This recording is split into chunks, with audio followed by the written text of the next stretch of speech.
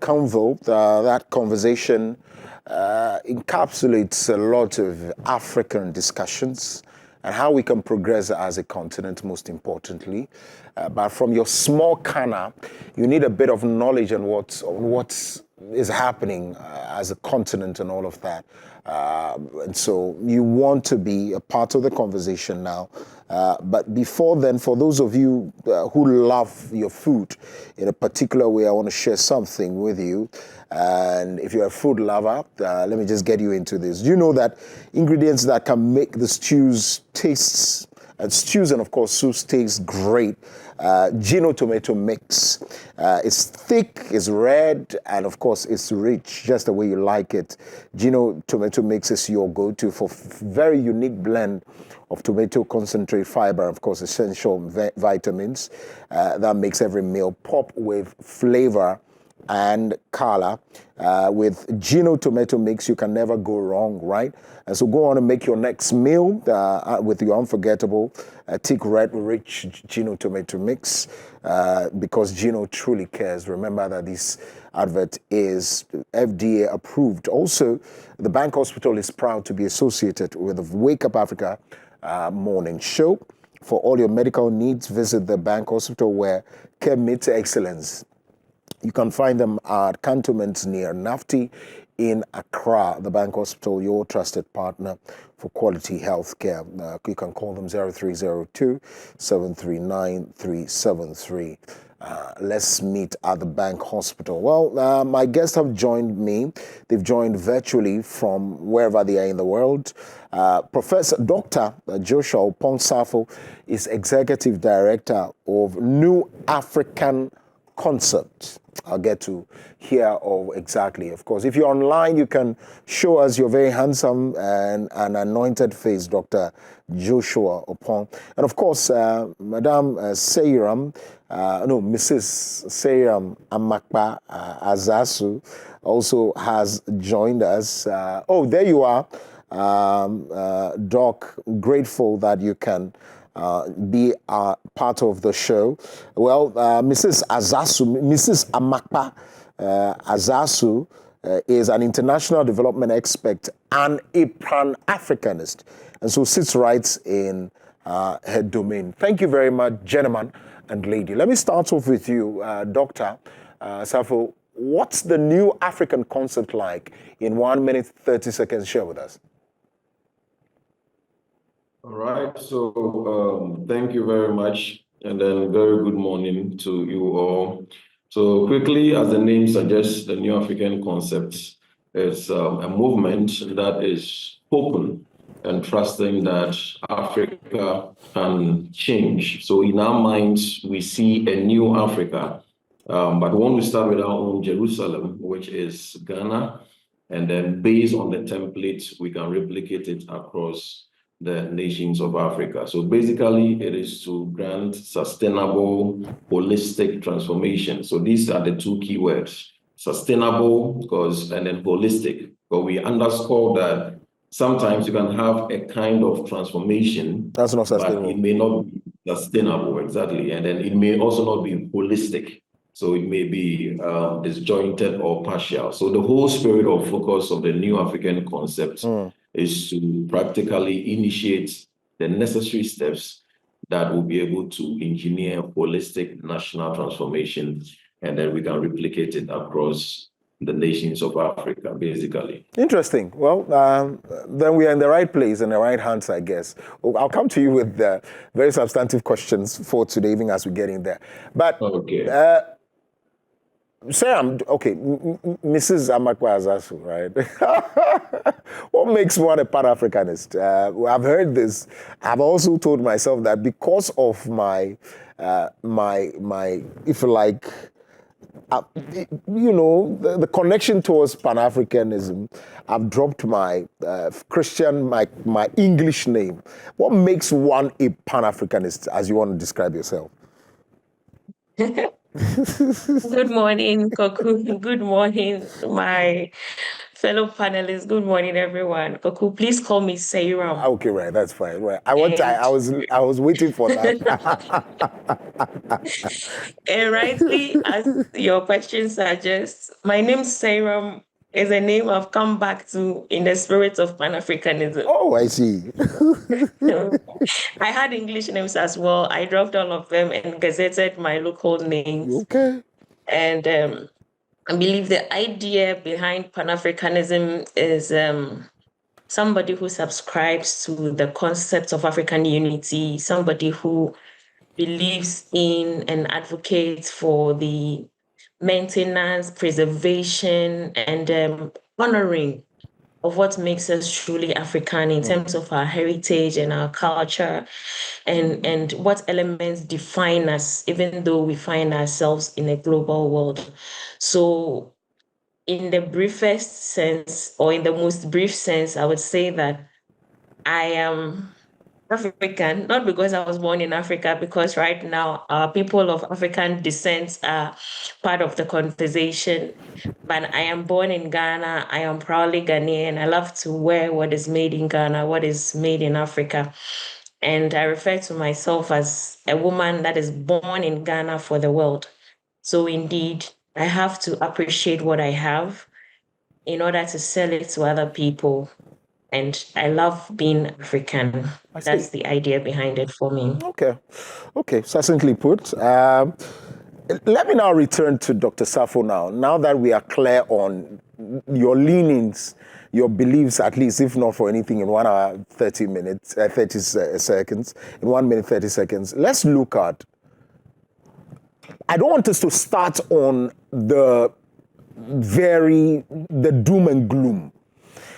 Let's first of all start off with the greatest or some great achievements that we've chalked as a continent so far, for which we can build on and, if you like, refix and see if we can replicate them, especially from the past, because I'm sure most of the things that have happened, people want to refer to the past. But some great achievements on the continent of Africa, on top of your mind, Dr. Safo, if you can help us, one that can help us to track our progress and where we're going. I'm interested.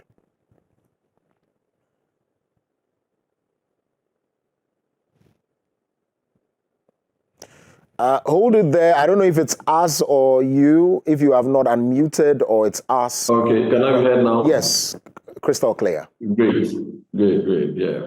So thank you very much. And once again, as we're saying, so far, we would say that it has not all been gloomy. Sometimes the narrative that is being cast becomes almost like we have achieved nothing. So directional questions and thoughts like this, I think, is a step in the right direction. Yeah, so as a continent or as a people, things that we can at least be glad for is the fact that across Africa, though it is not absolute, but there is the aspect of governance, the governance or the democratic governance. It has its own challenges. There have been toppling of governments here and there, but by and large, we can say that many African countries are really stabilizing a bit, though it might not have reflected so much to the socio-political or economic grounds, but at least the strides have been made. Taking Ghana, for instance, we can talk of the Fourth Republic, where we are running about 30, 32 years down the line. And I think that it is worth celebrating. And secondly, we can also talk of, with the advantage of technology, there is a growing stride, especially amongst the youth who are technologically connected. And you could see that new wave, which I call Neo Pan-Africanism, form, which is really gathering energy relative to how things were. One of the things we can also appreciate is that there is a growing concern, particularly among the youth, in their involvement or their understanding of what politics is about, the economy, the various contributions here and there. And maybe finally, what I'll add will be the fact that the religious fraternity in terms of Islam and then Christianity relative to how things were. In fact, they have also contributed from schools to hospitals, but at least for now, many are also engaging a bit more in social concerns and things that they can do to contribute. So by and large, these are some of the strides we have made as a people, which is appreciable, and I think that we can use it as a springboard to do better. I see. I would have loved for us to get into the inroads we've made with regards to the issue of democracy and, of course, the practice of same in most other countries. But let me just throw that same question to you, Sarah, on what we have achieved so far, especially if you were to be asked right now as an African, what have you achieved, what your continent and its great achievements? What would you want to say? Yes, thank you. So, I mean, I believe that whatever we have to be proud of today really has the past to thank. The whole movement of the fight for freedom and independence remains, let me call it an eternal achievement on the continent, in the sense that, like Dr. Kwame Nkrumah always puts it, there was this sense Yes, of either we come together or we perish. And we can never take for granted the sacrifices that these forefathers made. So personally, it is one of the greatest achievements for the continent, the fact that we came together. Even though it's been rough and patchy, we came together. Generally, we are still together, even though some countries keep going out and coming back and all of that. We are generally together as the African Union. That is a great achievement, because what it does is that it has left a legacy of hope. And then also, even for the youth, we learn a lot of virtues of selflessness, virtues of nationalism, patriotism, and self-dedication. So that remains a great achievement. My brother mentioned democratic strides. I partly side with him. I mean, that is probably a whole discussion on its own. And for me, my joy is that these days, let's say in the past 5 years, we have seen a number of young leaders pop up on the presidential scene in African countries. And for me, that is hope, some indication that we are moving from having 70-year-olds and almost 80-year-olds as heads of states, when the world is fast changing and most of them are not abreast with how to deal with their constituents. I would also add that there is this wave of youth interests in leadership across Africa, and this sense of accountability that youth are demanding from leadership all over the place, sometimes going on demonstrations and all sorts of ways and means to let our leaders know that they must be accountable. So that for me has been a great stride in moving into kind of a positive direction for the future. And of course, I can't mention our achievements without mentioning AFTA. Yes, a lot of people still do not understand what the African Continental Free Trade Area is about, but it is actually, for me, the future of Africa if, as we are going, we get it right and do it right, because it is the biggest trade area and we must make it work. So yes, it has been a great achievement actually getting off the ground. Yeah. Let's now return. Let's revert to the issue, and this to me, where you lie, Dr. Safo, the issue of sustainability. and sustainable development in a case where we make inroads. And so, for instance, the talk even about democracy and whether or not we've gotten so much from it, because the democratically elected government on the continent of Africa, the wave that Seram speaks about, wave of accountability and making sure that we have the development as it is, to some extent, to the young people today, if you ask them, is not coming from the democratically elected government. And so if you ask and you do a quick, you conduct a poll right now, you'd realize that they rather want to revert to the man up north, Burkina Faso, who they claim is doing the right thing and all of that. But he holds something, the way he's doing it is not sustainable. But according to a lot of people, he's doing it right. But that is not sustainable. And so today, anybody can take him away. And so the country could go back again. Talk to me about the strides we've made. Forgive me, the preamble is a bit long, but the strides we've made, how we go, the back and forth, and whether or not we really are going to get to our destination sometime soon. Okay, yeah, that's an interesting question. And as Serian was saying, when it comes to the subject or the matter of democratic governance in Africa, it is a whole discussion on its own. But what I can say at this point is to look at it from two perspectives. In one end, now there is that growing tension, especially amongst the youth and even in the diaspora. Right. And the conclusion, just like you said, is that we seem to feel that democracy has failed us. And that is why the wave of possibly what some may call benevolent dictatorship seem to be appealing a bit much more to the youth.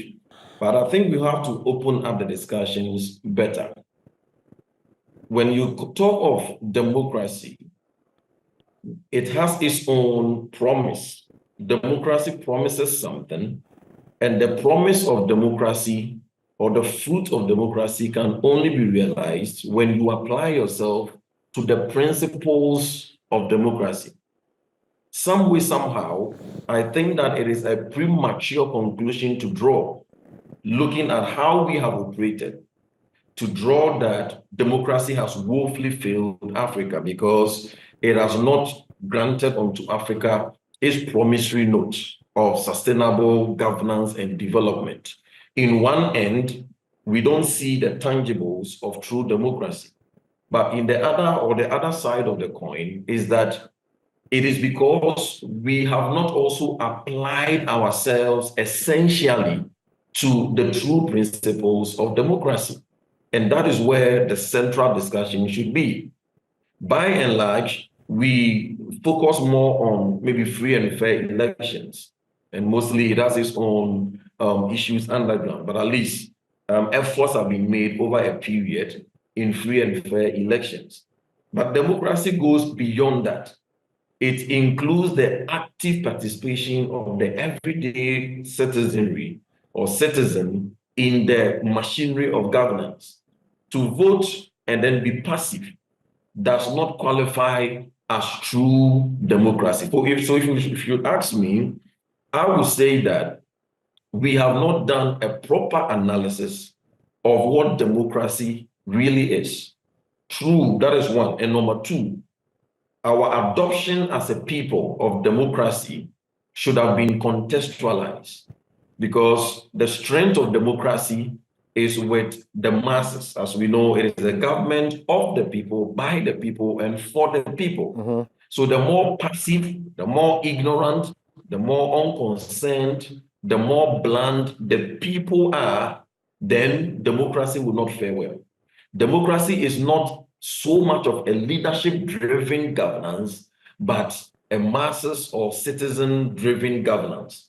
And we have a number of citizens that are either ignorant, passive, so it has been hijacked by the political elite, and they have constructed extractive political and economic institutions for their cronies and for themselves. And so our adoption of democracy should have been contextualized. And finally, I would say that what is happening up north, as you made reference to, is more or less a case study. And it is to put democracy on its toes. Because now people are calling for things like that. So now the question becomes, it is time for democracy to prove to us that it has what it takes to really bring about sustainable transformation, and even much more than they are doing at the Sahel. And for me, I strongly believe that democracy has all that it takes to grant that. However, it comes at a cost, not only a cost of leadership, but a cost of active citizenship. I mean, this is just on a light note, right? I've also ascribed to, if you like, thoughts such as this, where we needed to contextualize democracy. But a thought just entered like my very large head. The issue of contextualizing democracy, I think we did. The issue of a king versus a subordinate. So we actually contextualized it, only that it was wrongly contextualized, because what we understand about leadership is kingship, where there's a king and subordinates, of course, which we had either enjoyed or suffered under a lot of kings and all of that. Evers will tell you King Agokoli and all of that. And so that's how, if you see our leaders, I don't know whether Dr. Safo agrees with me on it's on a light note, but I'm saying that probably we just did. I think it could be a form of contextualization. Exactly. Yes, but I mean, yes, so we have been used to the empire, kingdom, monarchical approach. Yeah. So still we have transmitted that onto democracy, that we see our political elite as the form of the monarchs. Yeah. And then we are the subjects. Exactly. So that is one form of the contextualization you can also think about. And another form could be that knowing that we are coming from such a background, then just that 4-year electionary cycle possibly could be adjusted, and an emphasis should be placed on a holistic national reorientation program. So knowing the context when you are bringing something, these are some of the things that should have been done to then progressively adopt democracy, rather than how it was done in our context. No wonder when it's time for them to leave the scene, they hold on, because chieftaincy, or if you like, kingship, in their mind, they are still the kings. Exactly. Absolutely. Anyway, let's move a bit away from there. And of course, when you obviously not alive when Dr. Kwame Nkrumah, or Sergeant Dr. Kwame Nkrumah was alive, but reading whatever his epistles were or are, you can tell that the focus was economic growth and independence. That is the only time you can say that you are truly independent. And that's why I agree with you, Sarah, when you say that the African Continental Free Trade Area was one of the greatest achievements after the past achievements that we've had from the forebears. But if you look at that today, the commitment, the total commitment is not available. Look, if for nothing at all, even this year, the United States of America, and of course, its sanctions and pulling off from continents and countries, told us one thing, that we could come together. But largely, our economic growth and development agenda is still on hold, because a lot of countries are not committed. Why? Greed?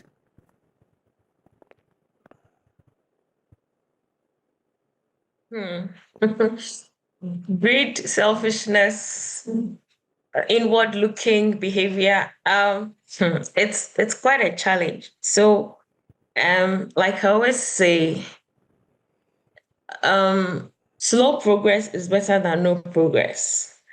And at a certain point, we have to admit the fact that, yes, even though as a union, maybe we may have about 50 countries thereabouts, not all 50 countries will put their maximum efforts, resources, or even knowledge into the growth of the entity.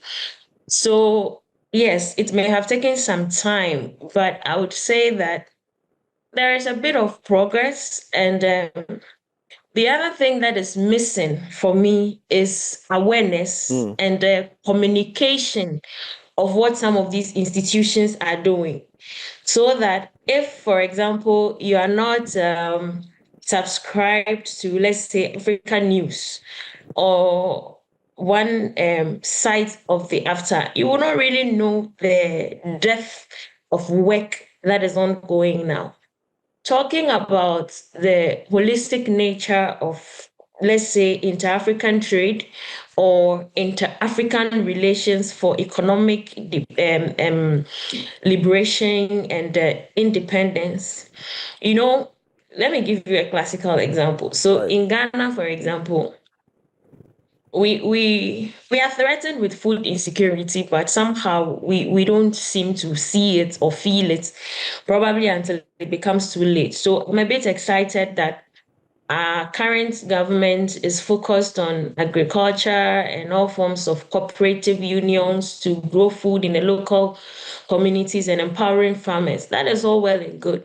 One thing that I was excited about, even though Ghana is still importing tomatoes and onions, for example, a part of me was happy that, okay, even though the tomatoes are being imported, it's from, say, Burkina Faso, which is a neighboring African country.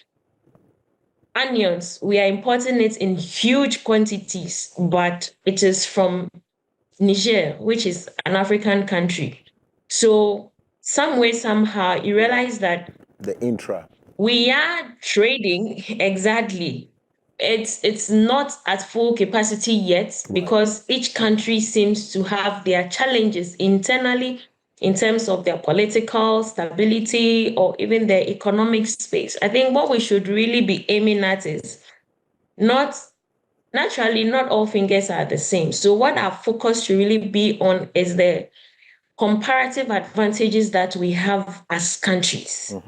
So that if as a country, you probably do not have natural resources as much as Ghana does, what else can you trade? What other thing can you trade so that we can increase trade in Africa?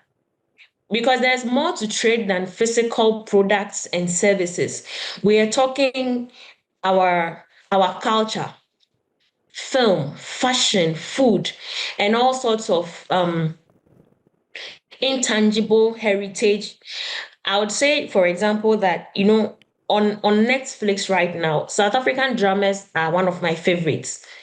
Binge-worthy South African dramas. So if South Africa, for example, is not exporting onions or tomatoes to Ghana, they're exporting entertainment that the whole world is enjoying. So I think it's a time that the conversation among our leaders on the African level, which partly after is tackling, is to look for the comparative advantages and see what we can trade beyond tangible products and services, because it's a long journey. It's a long journey, and thank you very much for averting my mind to that point that we are indeed trading among ourselves, and that's good news. As to whether we are, the other countries are also gaining from it, we'll talk about that. We'll take a break at this point. When we come back, let's talk about social inclusion and progress. Then we can look also about to the future outlook of our nation. But of course, I'll pose that same question, the economic growth, a very sustainable one, to Dr. Safo as well. If we come back, my guests are still on. We'll take a break. When we come back, the show continues. Stay with us.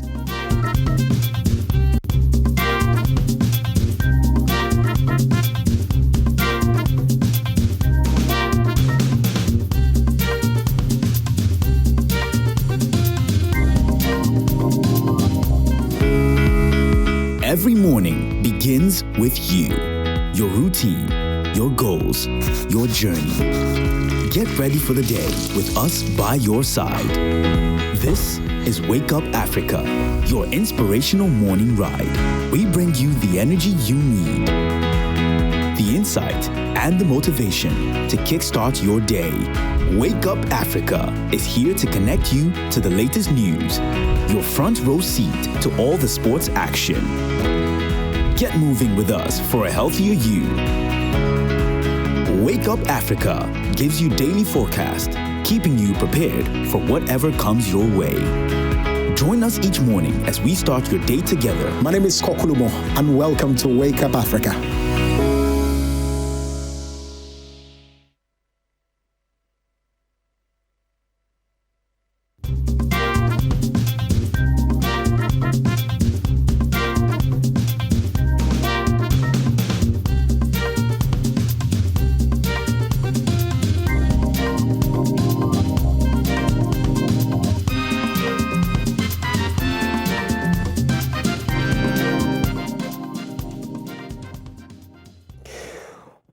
Welcome back. Thank you very much. And thanks for staying with us as well. We're still discussing the issue of Africa Rising. We're just taking a quick look at how far we've come and how far we've done.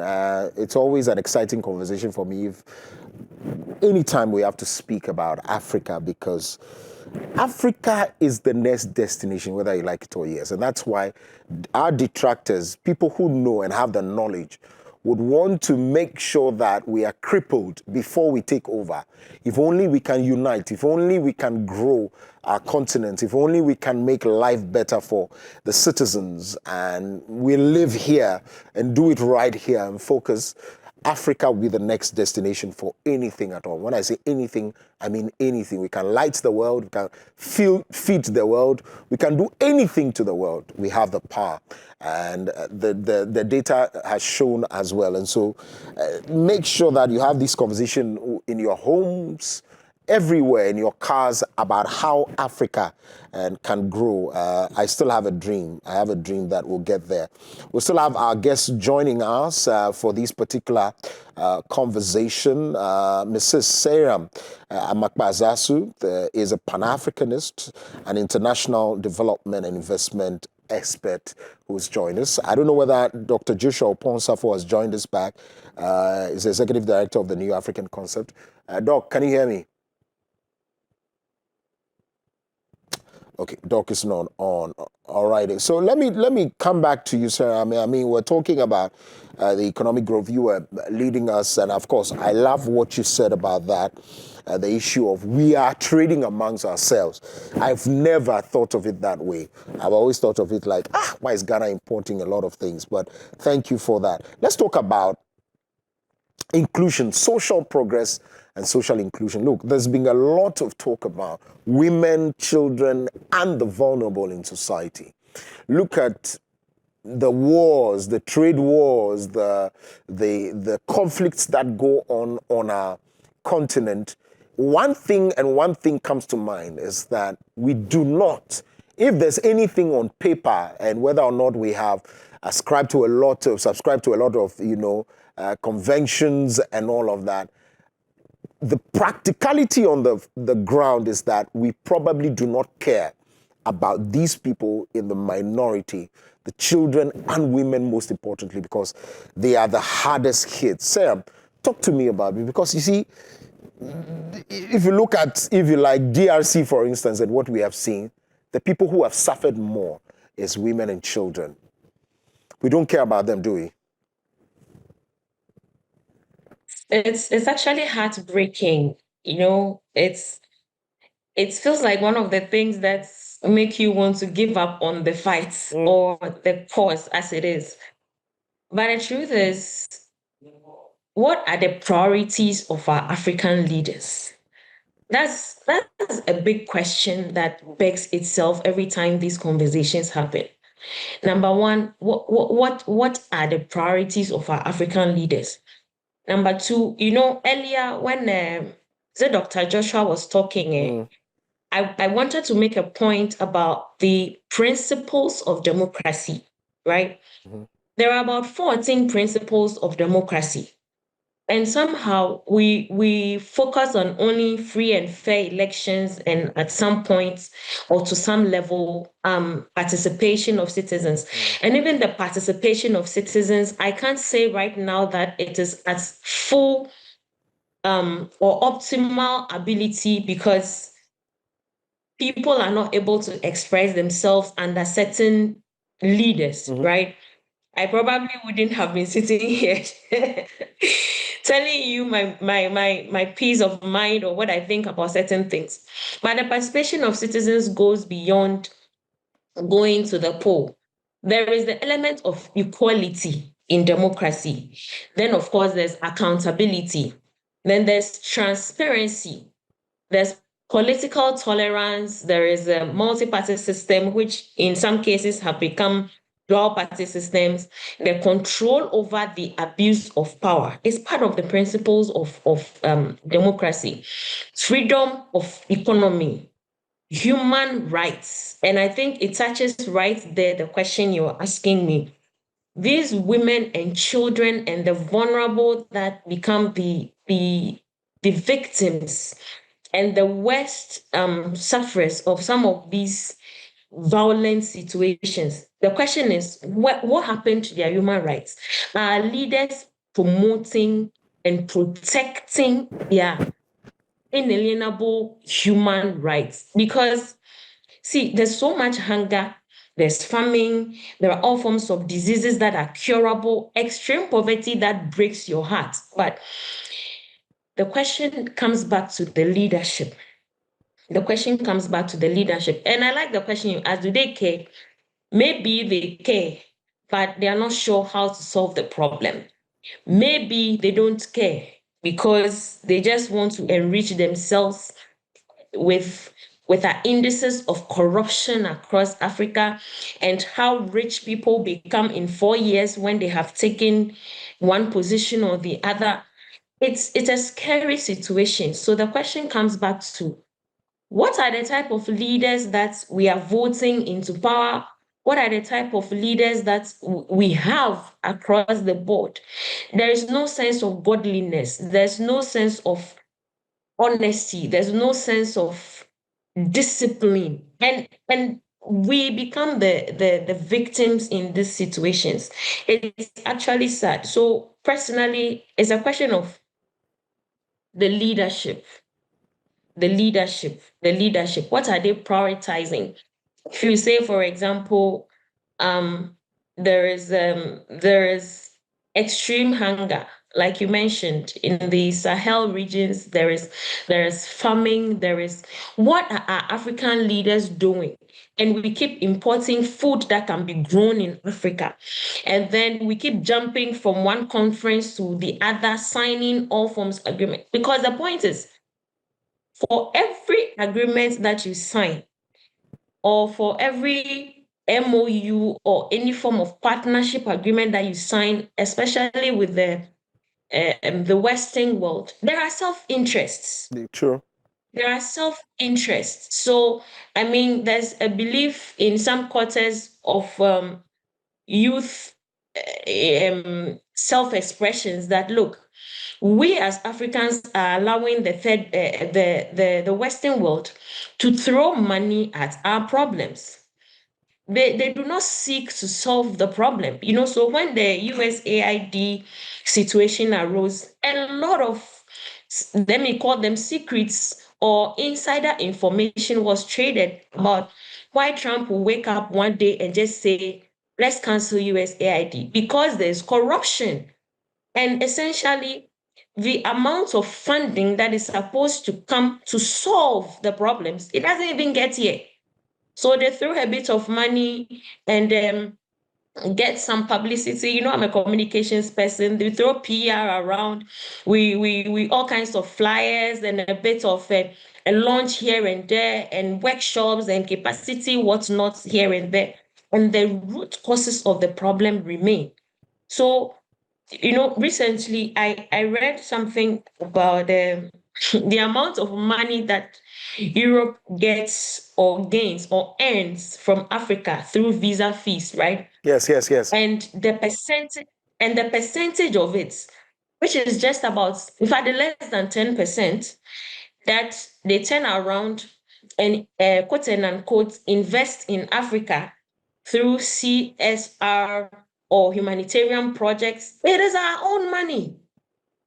So that is why I said the democracy conversation is a totally different thing, because when I want to look at the pros of what is happening in Burkina Faso, then yes, I want to have a conversation about democracy. I am torn because is it working for the citizens?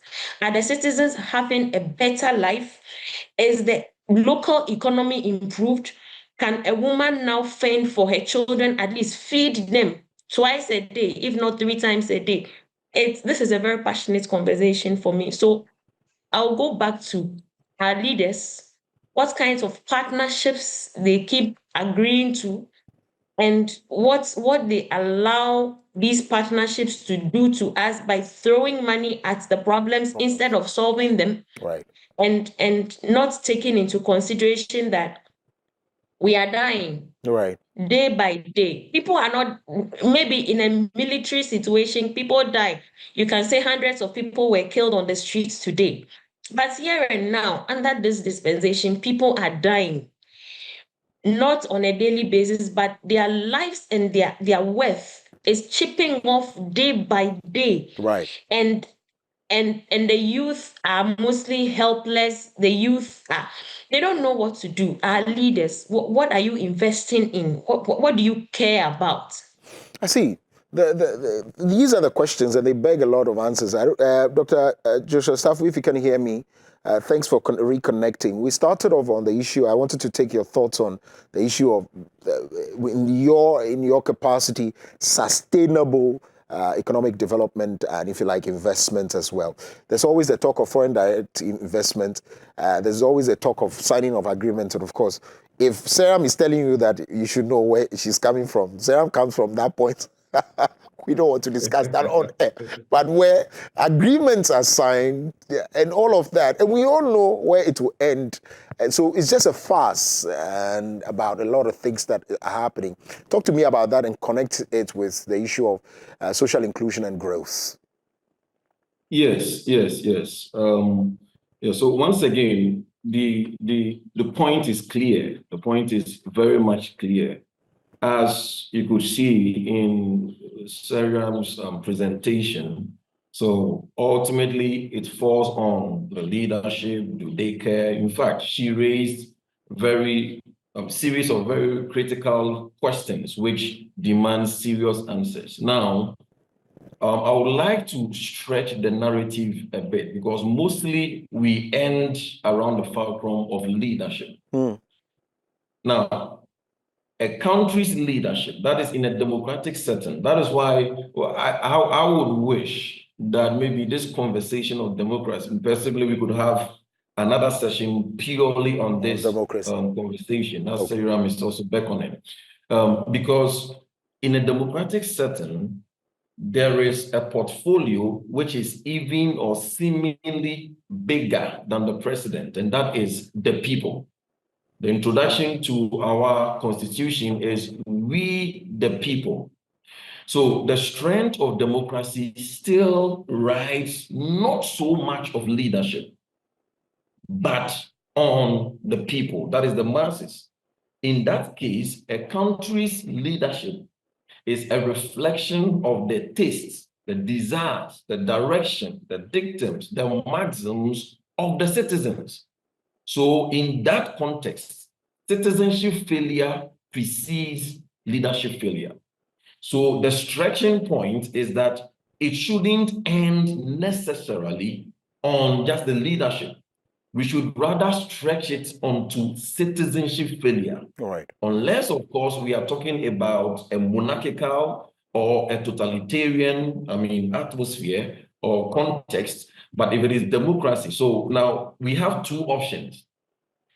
When the masses don't want to be actively involved by way of responsibility, then it may be better to go for a despotic monarch, or as it may be called, a benevolent dictator, because that person will take the decisions and then do the things for us. Right. Because nation building is a sense of responsibility. Sure. But by and large, it is more of the citizenship failure that begets leadership failure. Because as I said, a country's leadership is a reflection of the desires and direction of the masses. So as Sayon rightly said, the leaders, do they care? We should stretch the question and then make it also the citizens. Do we care? A non-caring citizen will elect and appoint non-caring leaders. So if you see non-caring leaders, there's poverty, there's filth, there is poor literally everything. Instead of just blaming the leaders alone, we should also think of, because the question is, how did they get there?